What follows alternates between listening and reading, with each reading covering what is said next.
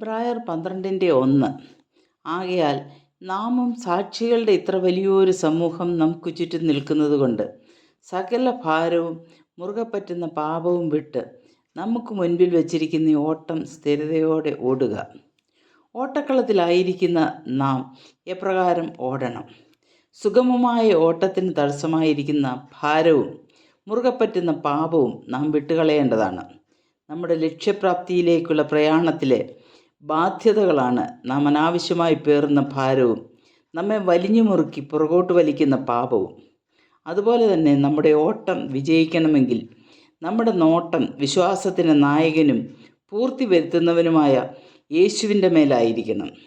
അത് സാധ്യമാകണമെങ്കിൽ റോമാലേഖനം 8:25 ക്ഷമയും എബ്രായ ലേഖനം 10:36 സഹിഷ്ണുതയും ആവശ്യമാണ്. ക്ഷമയുടെയും സഹിഷ്ണുതയുടെയും ആകത്തുകയാണ് ഈ വാക്യത്തിൽ പരാമർശിച്ചിരിക്കുന്ന സ്ഥിരത. ഇവിടെ നമുക്ക് ചുറ്റും സാക്ഷികളുടെ ഒരു സമൂഹത്തെ കാണാം. അവരാണ് എബ്രായർ 11 വിശ്വാസ വീരന്മാർ. കാലാകാലങ്ങളായി വിശ്വാസത്തിൻ്റെ മാറ്റ് തെളിയിച്ചവരാണവർ. ക്രിസ്തീയ ജീവിതം അലക്ഷ്യമായൊരു ജീവിതമല്ല, പ്രമാണങ്ങളെ മുറുകെ പറ്റിയുള്ള ചിട്ടയായ ജീവിതമാണ്. ഒരു അത്ലറ്റ് ജീവിതത്തിൻ്റെ എല്ലാ മേഖലകളിലും തന്നെ നിയന്ത്രണത്തിന് വിധേയനാക്കുന്നത് പോലെ ഒരു ക്രിസ്തീയ വിശ്വാസിയും ആത്മീയവും ഭൗതികവുമായ എല്ലാ മേഖലകളിലും തന്നെത്താൻ നിയന്ത്രണമുള്ളവരായിരിക്കണം. ഇതേ ആശയമാണ് 1 കൊരിന്ത്യർ 9:25 പൗലോസ് അപ്പോസ്തലൻ പ്രതിപാദിച്ചിരിക്കുന്നത്. അംഗം പൊരുതുന്നവനൊക്കെയും സകലത്തിലും വർജനം ആചരിക്കുന്നു, അതോ അവർ വാടുന്ന കിരീടവും നാമോ വാടാത്തതും പ്രാപിക്കേണ്ടതിന് തന്നെ.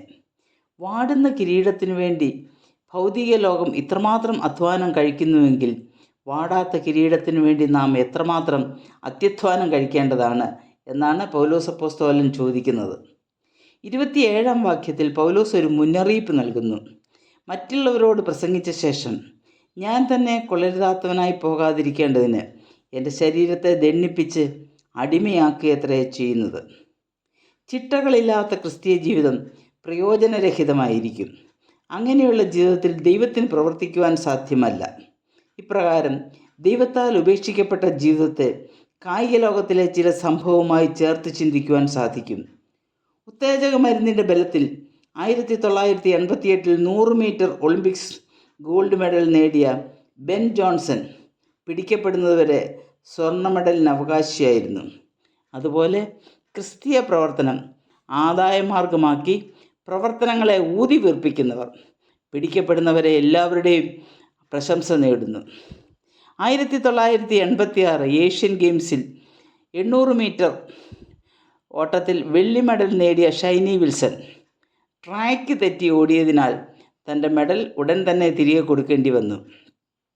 സമാനമായി ക്രിസ്തീയ ലോകത്തും പ്രശസ്തിക്കും സ്ഥാപിത താല്പര്യങ്ങൾക്കും വേണ്ടി ട്രാക്ക് തെറ്റി ഓടുന്ന ദുരുപദേശക്കാരുണ്ട്. ഈ ദുരുപദേശങ്ങൾക്ക് ഏറെ നാൾ നിലനിൽപ്പില്ല.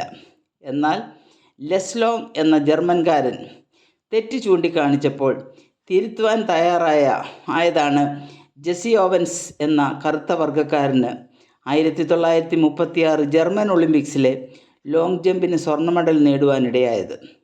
ലോങ് ജമ്പിൽ ഫൗൾ ഒഴിവാക്കി ഫൈനലിൽ വിജയിക്കുവാൻ ഓവൻസിനെ സഹായിച്ചത് തൻ്റെ എതിരാളിയും ജർമ്മൻകാരനുമായിരുന്ന ലെസ്ലോങ്ങിൻ്റെ ഉപദേശമായിരുന്നു. ക്രിസ്തീയ ജീവിതത്തിലും അതിരുകൾ ലംഘിക്കുമ്പോൾ ചില സഹവിശ്വാസികളിൽ നിന്നും ലഭിക്കുന്ന നല്ല ഉപദേശം സ്വീകരിക്കാം. വിജയത്തിൻ്റെ സമവാക്യം അതാണ്: നീതിമാൻ എന്നെ അടിക്കുന്നത് ദയ, അവൻ എന്നെ ശാസിക്കുന്നത് തലയ്ക്കെണ്ണ, എൻ്റെ തല അതിനെ വിലക്കാതിരിക്കട്ടെ. ഒരു അത്ലറ്റ് തൻ്റെ മനോമുഖരത്തിൽ ഫിനിഷിംഗ് ലൈൻ ദർശിക്കുന്നത് പോലെ നമ്മുടെ വിശ്വാസത്തിൻ്റെ നായകനായ യേശുവിനെ നോക്കി ലക്ഷ്യപ്രാപ്തിക്കായി നമുക്ക് ഓടാം. ദൈവമായ കർത്താവ് നമ്മെ ഓരോരുത്തരെയും അതിനായി സഹായിക്കട്ടെ. ദൈവത്തിൻ്റെ നാമം മാത്രം മഹത്വപ്പെടട്ടെ.